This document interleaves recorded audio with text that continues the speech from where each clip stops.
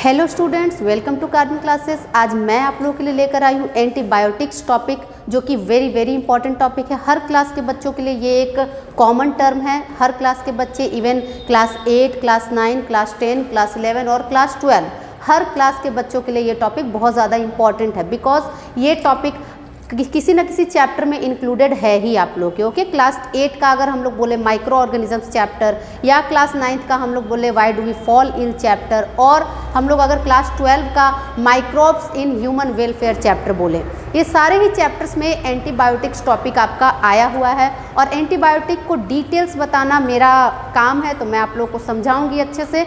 हर बच्चा देखिए इस टॉपिक को, हर स्टूडेंट मेरे लाइक एंड सब्सक्राइब कीजिए इस टॉपिक को।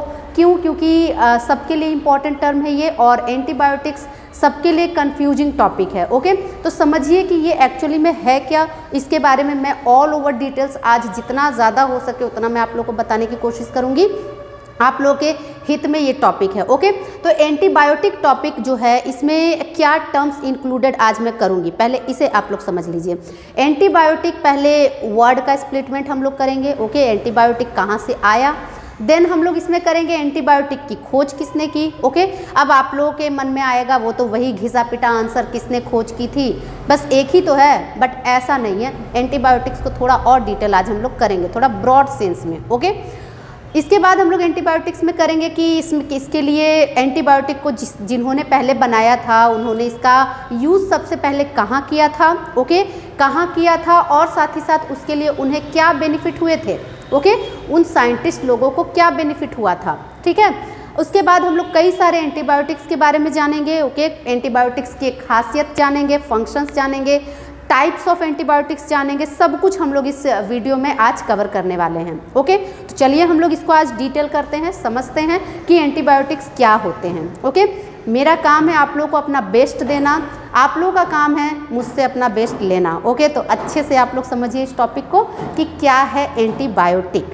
आज के बाद आप लोगों को कोई डाउट ही नहीं होगा एंटीबायोटिक को लेकर के। ठीक है, तो देखिए, तो antibiotic word is splits in two forms, two terms, that is anti and biotics. Okay, इस वर्ड को अगर हम लोग स्प्लिट करें तो एंटी एंड बायोटिक्स, तो इस वर्ड का मीनिंग क्या हुआ? Against the life. क्या मीनिंग हुआ? Against life. एंटी का मीनिंग होता है अगेंस्ट, और बायोटिक्स यानी बायो का मीनिंग होता है लाइफ। ओके, तो अगेंस्ट लाइफ, तो क्या हुआ, इसका मतलब क्या है? क्या ये अगेंस्ट लाइफ होता है एंटीबायोटिक्स? क्या ये लिविंग्स के लिए खतरनाक चीज़ है कि हम लोग बोल रहे हैं कि एंटी अगेंस्ट द लाइफ है ये टर्म? तो इसका मतलब है कि against the life for micro organisms. Okay, microbes के लिए ये अगेंस्ट का काम करेगा, और वही फॉर द होस्ट ये प्रो लाइफ काम करेगा। क्या करेगा? ये बेनिफिशियल काम करेगा। हमारे लिए तो बेनिफिशियल ही होगा ना, बट माइक्रोब्स के लिए ये अगेंस्ट काम करेगा। उनको, उनके ग्रोथ को इनहिबिट करेगा, या उन्हें किल कर देगा। ओके, ऐसा काम इसके हाथ में रहता है, एंटीबायोटिक्स के हाथ में। तो ये तो रहा मीनिंग को लेकर हम लोगों ने कुछ डिस्क्रिप्शन किया। ओके, कि अगेंस्ट द लाइफ है, तो वो किसके लिए, किसके हित में है और किसके अगेंस्ट में है? तो अगेंस्ट हो गया माइक्रो ऑर्गेनिजम्स के, और हित में हो गया यानी बेनिफिशियल हो गया for humans, for host. Okay, क्योंकि इसकी खोज ही हुई थी इसी पर्पस से। और एक्चुअली में इसकी खोज का जब मैं हिस्ट्री आप लोगों को बताऊंगी, आप लोगों को बहुत ज़्यादा इंटरेस्टिंग लगेगा। ये टॉपिक था क्या, इसका खोज का हिस्ट्री, इसकी खोज की जो हिस्ट्री थी वो थी एक by chance history. Okay, by chance इसका आविष्कार हो गया था, किसी को पता भी नहीं चला था। मतलब एक होता है ना कि लोग कोशिश करते हैं कि नहीं मुझे ये खोज करनी है, अभी कोरोना के वैक्सीन के लिए खोज करनी है, लोग उसके पीछे लगे हुए हैं। और ये जो टर्म, इसकी जो खोज हुई थी एंटीबायोटिक की, ये एक बाई चांस डिस्कवरी थी। ओके, हमारे बुक्स में, हमारे एनसीईआरटी बुक में ये टर्म एकदम क्लियरली अवेलेबल है कि एंटीबायोटिक्स की खोज बाई चांस हुई थी। ओके, तो इसे भी मैं बताऊंगी, आप लोगों को समझाऊंगी कि क्या टॉपिक है। अब देखिए एंटीबायोटिक्स की खोज के बारे में जब हम लोग बात करते हैं, तो सबसे पहले इसकी खोज ये कब से चला एंटीबायोटिक? ये चला 20th सेंचुरी में। ओके, 20th सेंचुरी में, और सबसे पहले इसकी खोज की थी 1928 में अलेक्जेंडर फ्लेमिंग ने। ओके। और छोटे क्लासेस के स्टूडेंट्स उनके लिए ये वेरी इंपॉर्टेंट टर्म है, इसको तो रट्टा मार ही लीजिएगा आप लोग, और डिटेल तो मैं और बता ही रही हूँ। ओके, तो 1928 में अलेक्जेंडर फ्लेमिंग ने इसकी खोज की थी, और इसकी खोज जो की थी वो कौन से मतलब ऑर्गेनिज्म से की थी। ओके, सबसे पहली बात तो आपको एंटीबायोटिक का डेफिनेशन जानना होगा ना, तो चलिए हम लोग पहले डेफिनेशन करते हैं। तो antibiotics are the chemical substances that are made by microorganisms like bacteria and fungus for inhibit the growth of pathogens or killing them। Okay, तो this is the exact definition में मैंने क्या बताया कि एंटीबायोटिक्स वो केमिकल्स होते हैं जो कि किससे तैयार किए जाते हैं, माइक्रो ऑर्गेनिज्म से तैयार किए जाते हैं। ओके, बैक्टीरिया या फंगस से तैयार किया जा सकता है, और उससे होता क्या है, उससे होता यह है कि inhibit the growth of pathogens और किलिंग देम। पैथोजेंस जो कि डिजीज कॉजिंग ऑर्गेनिजम्स होते हैं, जो कि हमें बीमारियां फैलाते हैं, उनको या तो ये उनके ग्रोथ को इनहिबिट करने का काम करेगा या तो उन्हें मार देने का काम करेगा, किल कर देने का। तो इससे हमारी जान बच जाएगी। ओके, कई तरह की बीमारियों के लिए हमें एंटीबायोटिक्स लेना पड़ता है। ओके, एंटीबायोटिक्स डॉक्टर्स हमें प्रोवाइड करते हैं कि एंटीबायोटिक्स लेने से वो बीमारी जड़ से ख़त्म हो जाएगी। क्यों? क्योंकि वो एंटीबायोटिक एक स्पेशल एंटीबायोटिक होता है हमारी बीमारियों को दूर करने के लिए। ओके, बट क्या एंटीबायोटिक हमेशा लेना सही है? चलिए इसे भी हम लोग करते हैं, पहले समझते हैं। तो एंटीबायोटिक जो है वो एक्चुअली में अगर वो पैथोजेन को किल कर रहा है तो हो सकता है कि वो हमें भी कुछ नुकसान करे। ओके, तो बात ये है कि एंटीबायोटिक कब लेनी चाहिए, कब लेनी चाहिए? अगर हम लोग ये बात करें तो इसका आंसर है कि जब हम बीमार हों, जब काफ़ी ज़्यादा ज़रूरत हो, तभी हमें एंटीबायोटिक लेनी चाहिए। ओके, और नहीं अगर हम लोग ऐसे ही छोटे मोटे कारणों से एंटीबायोटिक कंज्यूम करने लगेंगे तो वो हमारे लिए नुकसानदायक होगा। ओके, होता क्या है ना कि antibiotics are selectively toxic. Okay, क्या होता है इसका हम लोग ये भी चीज़ कर लेते हैं, सिलेक्टिवली टॉक्सिक। ओके, थोड़ा थोड़ा ये जहरीला होता है। तो जहरीला होता है तो इसके कारण ये पैथोजेंस को तो मारता ही है, वो तो हम लोग जान ही रहे हैं, बट अगर हम लोग इसका कंजम्पशन फालतू में करें तो वो हमारे लिए भी नुकसानदायक है। ओके, तो वो हमें भी नुकसान देगा, ऐसा होगा, मतलब होस्ट को भी वो नुकसान कर सकता है एंटीबायोटिक। ठीक है, तो फालतू में एंटीबायोटिक से कंज्यूम करना बेकार है। ओके, और दूसरी बात कि ये एंटीबायोटिक्स जो होते हैं ये दो टाइप के होते हैं। ठीक है, इसके टाइप्स भी आप लोग जान जाइए, दो टाइप्स के होते हैं। एक टाइप होता है broad spectrum antibiotic, broad spectrum antibiotic, और दूसरा वन होता है narrow spectrum antibiotic. Okay, broad spectrum antibiotic वो एंटीबायोटिक होता है जो एक दवा कई तरह की बीमारियों के लिए आप यूज कर सकते हैं। Okay, one antibiotic is for many diseases, one antibiotic is for many diseases. Okay, और यही हम लोग नैरो स्पेक्ट्रम की बात करें तो वो क्या होता है, only for specific disease, only for specific disease. Okay, ये कुछ स्पेशल टर्म्स हैं जिसको आप लोगों को लर्न करना है। कई बार आप डॉक्टर के पास जाते हैं किसी बीमारी को लेकर तो डॉक्टर आपको बार बार एक ही एंटीबायोटिक प्रोवाइड करता है, तो इसका क्या मतलब है कि वो जो एंटीबायोटिक है वो पर्टिकुलरली कई सारी बीमारियों को कवर किए हुए है। ओके, तो इसलिए डॉक्टर बार बार वही वाली एंटीबायोटिक आपको प्रोवाइड करता है। और यही अगर हम लोग बात करें एक पर्टिकुलर कोई एक खतरनाक बीमारी, जैसे कि हो सकता है हम लोग कैंसर का नाम ले सकते हैं, हम लोग HIV का नाम ले सकते हैं, कई खतरनाक बीमारियां जो होती है उसके लिए, टीबी, इन सब के लिए कुछ खास एक स्पेशलाइज्ड एंटीबायोटिक होता है। ठीक है, तो उसके लिए वही एंटीबायोटिक आपको लेना पड़ेगा जो उस बीमारी के लिए खास है। ओके, तो वो एंटीबायोटिक कैसा हो जाएगा, वो हो जाएगा नैरो स्पेक्ट्रम। और वो एंटीबायोटिक जो कि हम लोग कई सारी बीमारियों में कलेक्टिवली ले सकते हैं उसे हम लोग कहेंगे ब्रॉड स्पेक्ट्रम एंटीबायोटिक। ओके, अब नेक्स्टली हम लोग इसमें क्या जानेंगे, चलिए हम लोग अब एंटीबायोटिक तो आई थिंक कि आप लोगों को समझ में आ गया होगा। अब हम लोग इसकी डिस्कवरी की ओर चलते हैं। तो इसकी डिस्कवरी जिसने की थी उनका नाम था अलेक्जेंडर फ्लेमिंग, और वो जो डिस्कवरी थी वो थी बाई चांस डिस्कवरी। ओके, तो बाई चांस डिस्कवरी का मतलब क्या है वो मैं बताती हूँ। अलेक्जेंडर फ्लेमिंग हर समय कुछ एक्सपेरिमेंट्स करते रहते थे। ओके, अलेक्जेंडर फ्लेमिंग ऐसे साइंटिस्ट थे जो कि हमेशा लोगों के हित में कुछ ना कुछ एक्सपेरिमेंट्स करते रहते थे। तो उन्होंने क्या किया कि एक कल्चर मीडियम में स्टेफाइलोकोकस नाम के बैक्टीरिया को ग्रो कराया था। ओके, वो कुछ और काम से ग्रो करा रहे थे।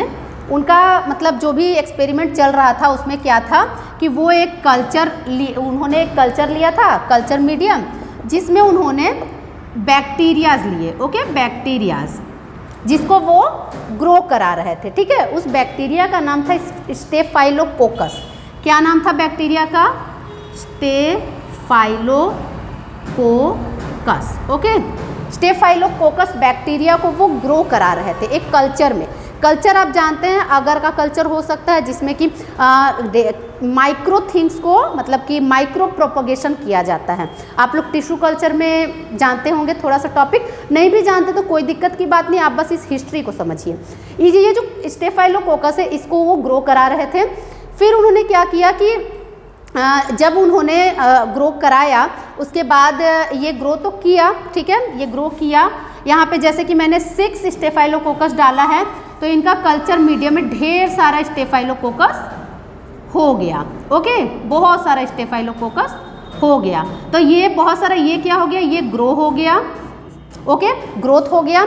इसके बाद क्या किया इन्होंने कि इन्होंने कुछ नहीं किया, इनके इस कल्चर मीडियम के पास क्या हुआ ना कि एक माउल्ड जन्म ले लिया। ठीक है, एक फंगस ने ग्रो कर लिया। ठीक है, इनके इस कल्चर के पास एक फंगस ने ग्रो कर लिया। और उस फंगस के ग्रो करने के बाद क्या प्रॉब्लम हुआ, सो देखिए, उस फंगस के ग्रो करने के बाद इनका जो ये कल्चर मीडियम था उसमें यहाँ पे मान लेते हैं कि ये फंगस है। ओके, ये फंगस है जो ग्रो किया। इसके बाद इसका जो बैक्टीरिया है वो धीरे धीरे कम होने लगा। देखिए यहाँ पे ढेर सारा बैक्टीरिया था और यहाँ पे बैक्टीरिया का अमाउंट कम हो गया। ओके, तो सिंस कि ये फंगस इसके पास है, fungus around the culture medium, ठीक है, फंगस उसके पास था, उसके आसपास फंगस ने जन्म ले लिया था, उसके कारण ये जो बैक्टीरिया था वो बहुत ज़्यादा कम हो गया। ओके, ये जो बैक्टीरिया था वो बहुत ज़्यादा कम हो गया, यानी कि हो सकता है वो डेड कर गया होगा और हो सकता है कि ये बैक्टीरिया और ग्रो नहीं किया होगा। ठीक है, तो एक तरह से काम क्या है, ये एंटीबायोटिक का काम क्या है, या तो माइक्रोब्स को किल करना या तो माइक्रोब्स के ग्रोथ में रुकावट डाल देना। ठीक है, तो हुआ क्या कि इस केस में इस फंगस के आसपास रहने के कारण वो जो कल्चर मीडियम था वहाँ पे जो बैक्टीरिया था वो कम होने लगा। ओके, बहुत ज़्यादा कम होने लगा। तो फिर उन्होंने ऑब्जर्व किया, अलेक्जेंडर फ्लेमिंग ने ऑब्जर्व किया कि हुआ क्या यहाँ पे। उन्होंने तब जाके अपना एक्सपेरिमेंट को आगे बढ़ाया। उन्होंने फंगस को ध्यान से देखा। फंगस कौन सा फंगस था? फंगस का नाम था पेनिसिलियम। पेनिसिलियम का फुल फॉर्म है, ये साइंटिफिक नेम है Penicillium notatum. Okay, Penicillium notatum. और उन्होंने क्या किया कि उसमें उन्होंने खासियत देखी कि आखिर हुआ क्या। तो उन्होंने देखा कि वो एक केमिकल सेक्रेट कर रहा था जिसका नाम था पेनिसिलिन। क्या किया इसने? पेनिसिलियम ने secrets a chemical called penicillin. Penicillin, ठीक है। वही पेनिसिलिन वो फर्स्ट एंटीबायोटिक था जिसके कारण ये स्टेफाइलोकोकस ग्रो नहीं कर पाया, ठीक है। तो कहा जाता है कि the first antibiotic was penicillin. ये भी वेरी इंपॉर्टेंट क्वेश्चन है आपका। First antibiotic was penicillin, okay. Penicillin from a fungus, किससे निकला था वो एक फंगस से एक्सट्रैक्ट किया गया था, ओके। और उस फंगस का नाम था पेनिसिलियम नोटेटम, ओके। अब उन्होंने इस बात को बताया सबको। फिर दो और साइंटिस्ट आए, दो और साइंटिस्ट जिनका नाम था Ernst Chain, other scientist Ernst Chain and also Howard, that is the full name is Howard Florey, okay, Florey. इन दोनों के साथ मिलकर अलेक्जेंडर फ्लेमिंग ने और रिसर्च किए और उसके बाद after the research antibiotic extract हुआ जिसका नाम था पेनिसिलिन, ओके, जिसके लिए उन्हें अवार्ड भी मिला था। दैट इज़ उनको एंटीबायोटिक बनाने के कारण अवार्ड दिया गया था, नोबल अवार्ड। नोबल अवार्ड का नाम था, कब मिला था उन्हें नोबल प्राइज़? 1945 में, ओके। 1945 में नोबेल प्राइज अवॉर्डेड, ओके। किनको मिला था? इन तीनों को मिला था, ओके, क्योंकि तीनों ने मिलकर ये काम किया। और क्या काम किया? उस समय इस दुनिया में वर्ल्ड वार चल रहा था, okay, world war 2, second world war यहाँ चल रहा था हमारे अर्थ पर। तो सेकेंड वर्ल्ड वार चल रहा था, तो उस टाइम जितने भी सोल्जर्स थे जो घायल हो रहे थे उन्हें इस एंटीबायोटिक से उनका इलाज किया जा रहा था, ओके, क्योंकि एंटीबायोटिक सबसे पहली बार बना था ना, तो उस एंटीबायोटिक से उनका इलाज, सोल्जर्स का इलाज किया जा रहा था, soldiers of second world war, ठीक है। इसलिए वो उस टाइम काफ़ी ज़्यादा ये बेनिफिशियल हुआ, जिसके कारण इन तीनों को नोबेल प्राइज़ भी अवार्ड किया गया था, ओके। ये पूरी स्टोरी थी अबाउट पेनिसिलिन के बारे में, अबाउट फर्स्ट एंटीबायोटिक के बारे में। अब इसमें एक और टॉपिक है जो मैं आप लोगों को बताना चाहूँगी। एंटीबायोटिक आपको मैंने ऐसे भी बता दिया है कि दो तरह के होते हैं, broad spectrum and narrow spectrum. लेकिन क्या एंटीबायोटिक डिफरेंट ऑर्गेनिज्म से भी निकाले जाते हैं? तो इसका आंसर है येस। एंटीबायोटिक्स के बारे में मैंने आपको एक तो बताया कि फंगस से इसको बनाया जाता है, अदर्स भी होते हैं जैसे कि बैक्टीरिया से भी बनाए जाते हैं, ठीक है। एक्सट्रैक्शन ऑफ एंटीबायोटिक किससे किससे होता है? बैक्टीरिया से एंड फंगस से। और मोस्टली हम लोग कहते हैं 90% जो एक्सट्रैक्ट होता है एंटीबायोटिक वो बैक्टीरिया से होता है, ओके। और फर्स्ट एंटीबायोटिक फ्रॉम बैक्टीरिया कौन सा था? ये भी क्वेश्चन काफ़ी ज़्यादा इंपॉर्टेंट है। First antibiotic from